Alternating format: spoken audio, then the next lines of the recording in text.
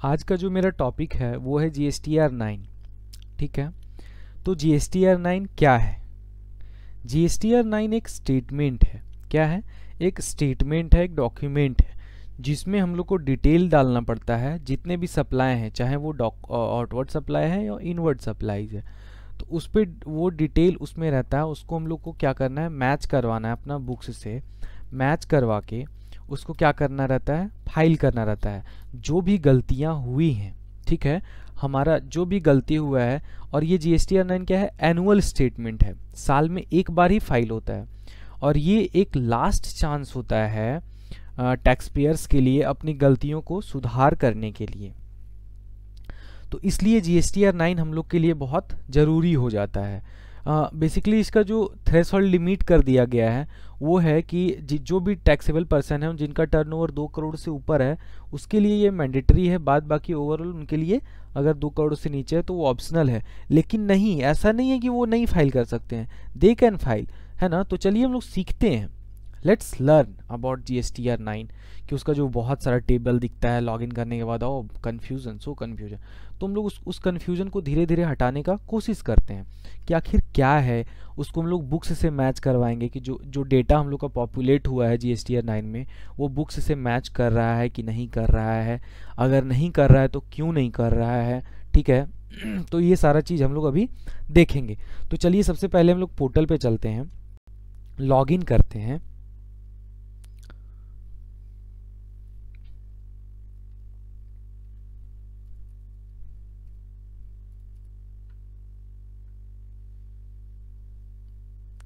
Login करने के बाद हम लोग यहाँ से भी जा सकते हैं। देखिए यहाँ पे भी एनुअल रिटर्न का टैब दिख रहा है और यहाँ से आप सर्विस में जाने के बाद, रिटर्न में जाने के बाद एनुअल रिटर्न यहाँ से भी जा सकते हैं। ठीक है, हम लोग अपना पीरियड ले लेंगे। देखिए 20-21 फाइनेंशियल ईयर का लास्ट डेट है 31 दिसंबर। अभी तक डेट एक्सटेंड नहीं हुआ है। लोग तो सोच रहे हैं डेट एक्सटेंड हो, लेकिन पता नहीं क्या होगा। तो चलिए हम लोग देखते हैं, सीखते हैं और फाइल करते हैं GSTR 9।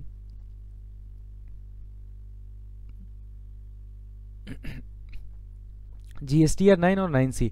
9C क्या है? इसको पहले GST ऑडिट भी बोला जाता था, लेकिन ये क्या हो गया, इसको इस बार से हटा दिया गया है। हटा ये नहीं दिया गया है, इसको ऑडिट नहीं बोलिएगा, ये रिकन्सिलेशन स्टेटमेंट है।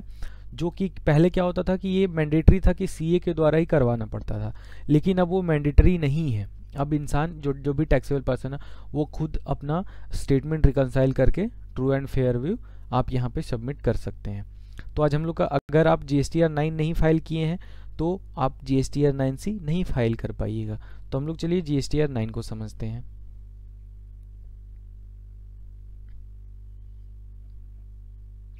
यहाँ पे ऑप्शन पूछता है do you want to file nil return.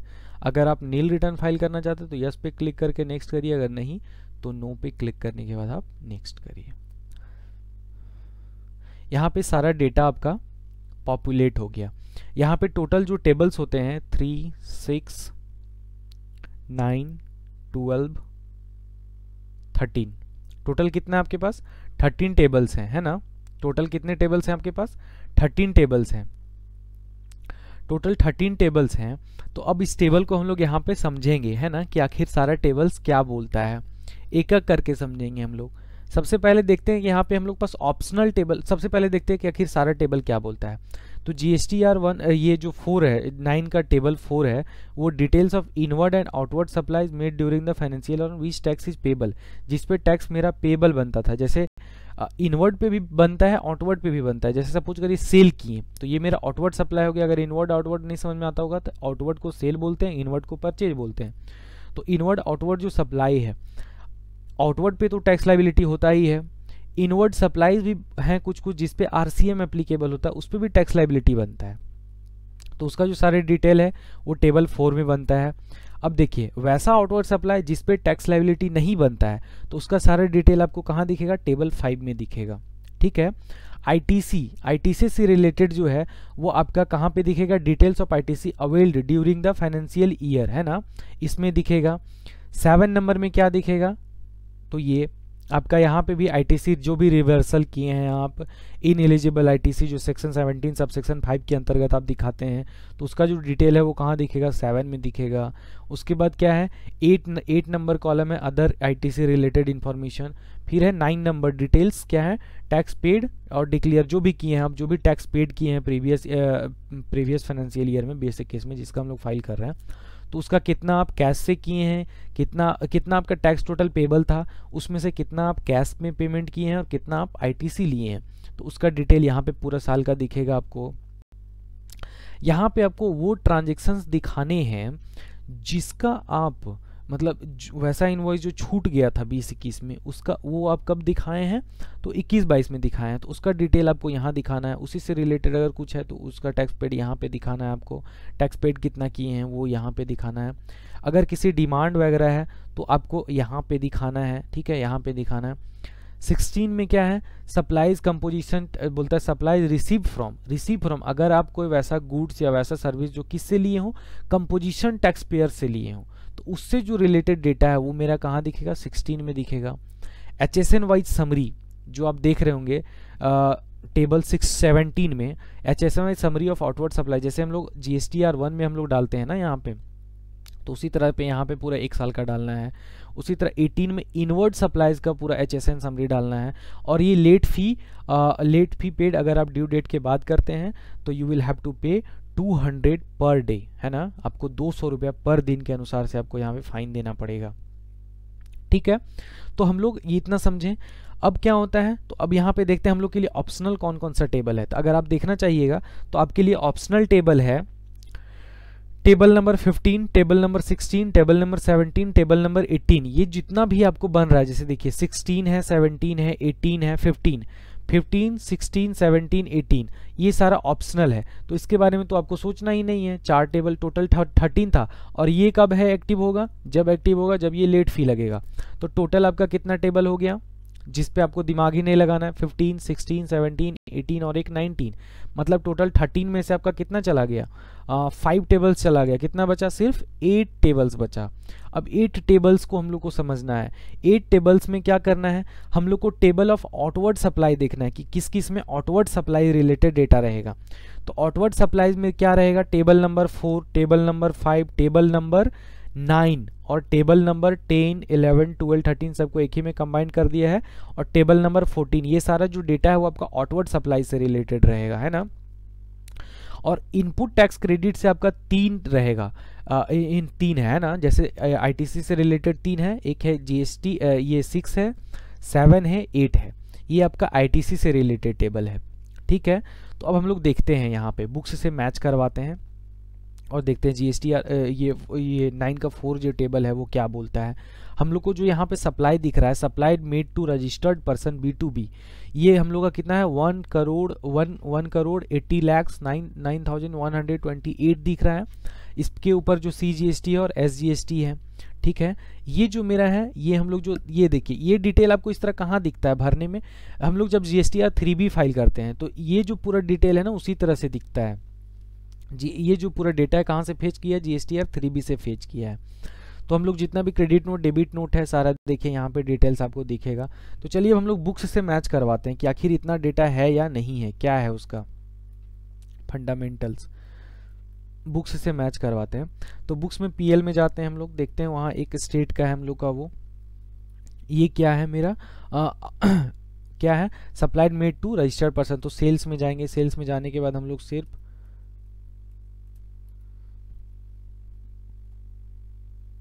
Bihar में चले गए हैं और यहाँ पे पूरा पीरियड हम सेलेक्ट कर लिए, इसको एक्सट्रैक्ट कर लिए। एक्सट्रैक्ट करने के बाद हम लोग को यहाँ पे दिख रहा है, क्या दिख रहा है, तो यहाँ पे देखिए हम लोग को यहाँ पे ये 2 डेबिट नोट है।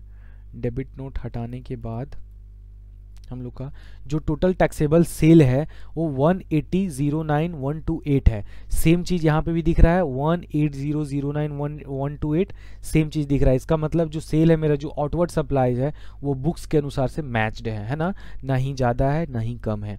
उसके बाद ये जब दिख रहा है तो हम लोग को ये है GSTR, ये इनवर्ड सप्लाई RCM के बेसिस पे दिए हैं, इसको कुछ नहीं। यहाँ देखिए डेबिट नोट और क्रेडिट नोट है, आप कितना debit note credit note issue किए हैं। तो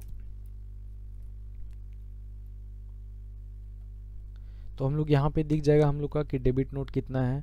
तो यहाँ पे हम लोग का डेबिट नोट कितना है, टोटल 2 डेबिट नोट दिख रहा है, ठीक है। तो वो कितने का है टोटल, इसको भी एक्सट्रैक्ट करके देखते हैं हम लोग कि क्या है, इस पे टैक्स लायबिलिटी बन रहा है। देखिए टोटल डेबिट नोट हम लोग का कितना है, 3,02,000 है ना। देखिए 3,02,60 कितना 602 है ना, दिख रहा है। मतलब कि हम लोग का डेबिट नोट भी मैच्ड है, हम लोग का कोई डिफरेंस नहीं है। तो जब देखिए डेबिट नोट भी मैच्ड है और सेल भी मैच्ड है, तो ये जो टेबल हुआ हम लोग का कंप्लीट हुआ, बुक्स से पूरा का पूरा मैच कर गया है ना। अब हम लोग इसको क्या करेंगे, सेव कर देंगे। सेव करने के बाद कहाँ जाएंगे, बैक टू 9 में जाएंगे। देखिए GSTR 5 में अब कुछ नहीं, इसमें तो सारा वो डिटेल्स डालना है जिस जो आउटवर्ड सप्लाई से रहेगा, जिस पे टैक्स लायबिलिटी कुछ नहीं बनता है ना, जैसे नील रेटेड हो गया, एग्जेम्प्टेड हो गया, उसका जो डिटेल है वो आपको यहाँ पे GSTR ये 5 टेबल नंबर 5 में डालना है। अब हम लोग को देखना है क्या क्या बोलता है कि ITC अवेल्ड, ये जो ITC अवेल्ड दिखता है ना, ये हम लोग को कहाँ से दिखता है, हम लोग 3B में जितना ITC अवेल्ड किए होते हैं ना, उसको टेबल नंबर 4 में वहाँ पे, तो वो जो डिटेल है वो हमको कहाँ दिखता है, यहाँ पे दिखता है टेबल नंबर 6 में। टेबल नंबर 7 में आप बताए थे, हम बताए थे कि ITC रिवर्सल दिखता है अनएलिजिबल सेक्शन 17 सब सेक्शन 5 में जो भी अनएलिजिबल ITC होता है उसका डिटेल हम लोग यहाँ देखते हैं। तो इस केस में, मेरे केस में यहाँ पे कुछ है नहीं है ना। यहाँ पे अदर ITC रिलेटेड इन्फॉर्मेशन है, तो अदर ITC रिलेटेड यहाँ पे जो डिटेल है ना, यहाँ पे हम लोग को डिटेल दिखता है। यहाँ पे क्या है, तो देखिए यहाँ पे 2A के अनुसार से फेच करता है। तो ये जो 2A के अनुसार से फेच कर रहा है, इसमें कौन सा इनवॉइस इंक्लूड है क्या नहीं है ना, इसका पूरा डिटेल हम लोग को क्या करता है, गवर्नमेंट यहाँ पे प्रोवाइड कर देता है। कहाँ पे, देखिए डाउनलोड टेबल 8A डॉक्यूमेंट, अगर इसको आप डाउनलोड करिएगा तो आपको पता चल जाएगा कि इसके अंदर कौन कौन सा इन्वॉइसेस मेरा है, जिसके वजह से उतना मेरा इनपुट दिख रहा है, और वही उतना इन्वॉइसेस मेरे जो है क्या है, मेरा जो टेबल है मेरा बुक्स में शो कर रहा है या नहीं कर रहा है। तो हम लोग इसके अनुसार से यहाँ पे देखेंगे, इसको इनेबल एडिटिंग कर देंगे। उसके बाद B2B में जाएंगे, क्योंकि B2B पे ही हम लोग का क्या मिलता है, इनपुट मिलता है, और हम लोग यहाँ पे टोटल कैलकुलेट करेंगे, टोटल इनपुट कितना बता रहा है, ठीक है। फॉर्मूला लगाएंगे,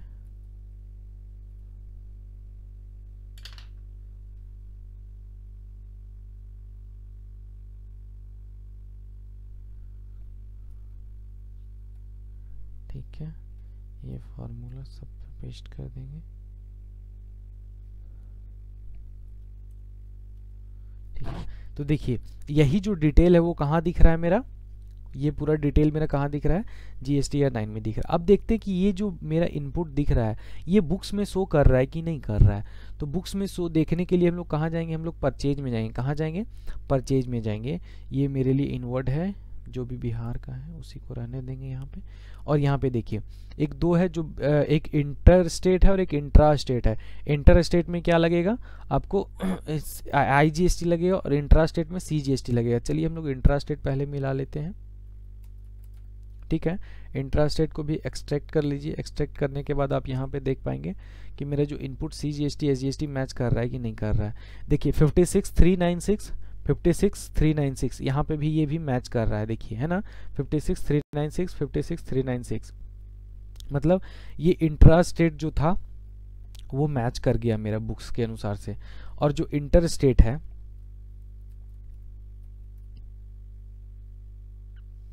इसको भी एक्सट्रैक्ट कर लेंगे हम लोग, देख लेंगे। IGST पे जो इनपुट बन रहा है 28,48677, यहाँ पे भी देखिए 2850 दिख रहा है। क्यों दिख रहा है, क्योंकि यहाँ पे एक ऐसा ट्रांजेक्शन मेरा घुसा हुआ है जो क्या है, RCM पे। अगर आप इसको 0 कर देते हैं तो देखिए सिमिलर आपको मिल गया है ना, मतलब बुक्स से मेरा जितना भी इनपुट है सारा मैच कर रहा है। अब हम लोग को क्या करना है, सिर्फ सही से डेटा फिल करके और GSTR 9 सबमिट कर देना है। तो हम लोग यहाँ पे देखेंगे ये GSTR 9 और बुक्स से हम लोग मैच करवा लिए, आउटवर्ड सप्लाईज मैच करवा लिए, इनवर्ड सप्लाईज मैच करवा लिए, जो हम लोग इनपुट लिए हैं वो भी मैच करवा लिए हैं। तो हम लोग को ना यहाँ पे डिटेल डालना पड़ता है 6 में। क्या डालना पड़ता है, तो जो हम लोग जो ये देखिए 28,50,401 जो हम लोग ITC जो डाले हैं, ठीक है, इनपुट जो हम लोग को दिख रहा है, ये जो दिख रहा है इसका पूरा डिटेल देना पड़ता है। कहाँ पे? तो यहाँ पे हम लोग जो इनवर्ट सप्लाई किस पे, इनपुट किस पे मिलता है, इनपुट मिलता है इनवर्ट सप्लाई पे, यानी परचेज पे मिलता है।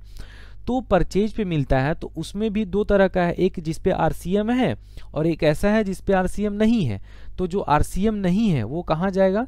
बी नंबर कॉलम में जाएगा, है ना। Other than import invert supplies reverse charge, यहाँ पे वैसे गुड्स या फिर कैपिटल गुड्स या इनपुट सर्विस का इनपुट डालना है जो इंपोर्ट नहीं है, इनवर्ट जो आप इंपोर्ट पे टैक्स नहीं पे किए होंगे, इनवर्ड आपके लिए रिवर्स चार्ज से नहीं होगा क्योंकि वो लोग का सेपरेट करके अलग अलग दिया हुआ है, जो एसईजेड से नहीं होगा। मतलब जो सिंपल है वो यहाँ पे चला जाएगा टेबल बी में। टेबल सी में, सी कॉलम में क्या जाएगा? तो इनवर्ट सप्लाई जिस पे आरसीएम एप्लीकेबल है वो सी में जाएगा, है ना। और डी में क्या जाएगा? Inward supplies receive from registered person liable to reverse charge other than ये। और देखिए इंपोर्ट के लिए अलग कॉलम बनाया हुआ है, इंपोर्ट ऑफ सर्विसेज के लिए अलग कॉलम बनाया हुआ है, आईएसडी के लिए अलग कॉलम बनाया हुआ है। तो सारा डिटेल अलग अलग बनाया हुआ है, तो हम लोग को डिटेल डालना है। तो ये जो 28 है ना, ये जो 28 है सॉरी ये 28 है वो हम लोग सारा किस चीज़ पे लिए हैं? तो इनपुट लिए हैं हम लोग, किस चीज़ पे लिए हैं? तो वो गुड्स पे है। और ये 2050 दिख रहा है, टोटल 2050 दिख रहा है, जिसमें से 28 और 28,48,000 हम लोग का क्या है? गुड्स से रिलेटेड है।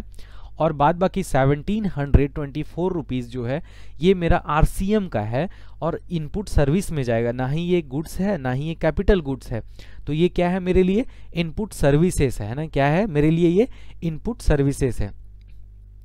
ये जो इनपुट सर्विसेज है, तो इनपुट सर्विसेज पे हम लोग क्या किए हैं? उसका इनपुट लिए हैं हम लोग R1 में, उसको सॉरी 3B में हम लोग दिखा के उसको उस पर हम लोग टैक्स पे किए हैं और उसी का इनपुट लिए हैं। तो वो चीज़ हम लोग का यहाँ दिख रहा है। इसी तरह CGST, ये देखिए टोटल हम लोग ITC लिए हैं 78,748, जिसमें से गुड्स से रिलेटेड कितना है? 56 है और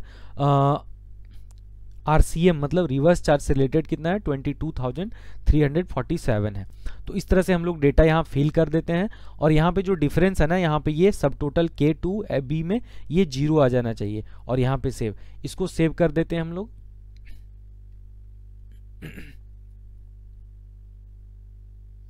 सेव करने के बाद बैक टू GSTR 9 समरी। अब हम लोग जैसे बैक करेंगे ये सारा डिटेल फिल हो जाएगा। अब हम लोग को कुछ नहीं करना है, यहाँ पे नीचे आना है और कंप्यूट लाइबिलिटी पे क्लिक करना है। कंप्यूट लाइबिलिटी पे क्लिक करने के बाद हम लोग को क्या करना है? प्रीव्यू देखना है और प्रोसीड टू फाइल पे क्लिक कर देना है, OTP से वेरीफाई करके कर देना है। अब देखिए यहाँ पे तो यहाँ पे मेरे ख्याल से अब कोई कन्फ्यूज़न नहीं होना चाहिए, सारा टेबल आसान है। सबसे आसान क्या है कि मेरे पास जो 5 टेबल जो है वो ऑप्शनल है, उस पर दिमाग ही नहीं लगाना है। बाद बाकी क्या है? हम लोग का जो टेबल है 459 ये हम लोग का 459 10 ये सारा क्या है? हम लोग के लिए जितना भी आउटवर्ड सप्लाई है वहाँ से मैच करवा लेंगे। और इन ITC से जो रिलेटेड है, इनपुट टैक्स क्रेडिट से, वो क्या है? 6 है, 7 है, 8 है, ये तीनों मैच करवा लेना है हम लोग को बुक्स से, है ना। कौन कौन सा? 6, 7, 8। 7 में भी ज़्यादा दिमाग नहीं लगाना है। यहाँ पे क्या है? जो भी हम लोग रिवर्स किए हैं या तो फिर इनएलिजिबल किए हैं जो सेक्शन 17 सब सेक्शन 5 के अंतर्गत था, तो वो सब का डिटेल यहाँ पे मैच करवा लेना है। और यहाँ पे हम लोग को क्या, जो सारा डिटेल हम लोग ITC लिए हैं उसका वेरिफिकेशन दे देना है यहाँ पे। और हम लोग को क्या करना है? एक बार ये मैच करवा लेना है टैक्स पेबल, और फिर कुछ नहीं करना है, कंप्यूट लाइबिलिटी करके इसको प्रोसीड करके और सबमिट कर देना है। और तो और सबसे आसान क्या किया है कि हम लोग को जो 8 में दिखते रहता है ना कि ITC आपका इतना है, तो भैया कहाँ से आया ITC, वो किस इनवॉइस का है, तो उसका सारा डॉक्यूमेंट का डिटेल आपको यहाँ पे दे दिया। आप उसको डाउनलोड करिए, मैच करवाइए बुक्स, एक इनवॉइस मैच कर जाएगा आपका। अगर नहीं मैच कर रहा है इसका मतलब बुक्स में कुछ ना कुछ कमी है, आपका एंट्री छूट गया या कुछ भी हुआ है। R1 का समरी यहाँ से ले लेगा, 3B का समरी यहाँ से ले सकते हैं आप, पूरा 9 का जो है वो समरी आप यहाँ से ले सकते हैं। तो इट मीन्स 9 बहुत इजी है और हम लोग का गलती सुधारने का एक लास्ट मौका है, यही बोल सकते हैं कि GSTR 9 जो है वो हम लोग का गलती सुधारने का एक लास्ट मौका है। अदरवाइज हम लोग को कोई इसके बाद मौका नहीं मिलेगा। सो थैंक यू, मेरे तरफ से अपना जो भी बेस्ट था वो मैं दे पाया शायद। अब देखते हैं हम लोग साथ में सीखें क्या होता है। Very very thank you. और इसी के साथ मेरा सेशन आज ख़त्म होता है।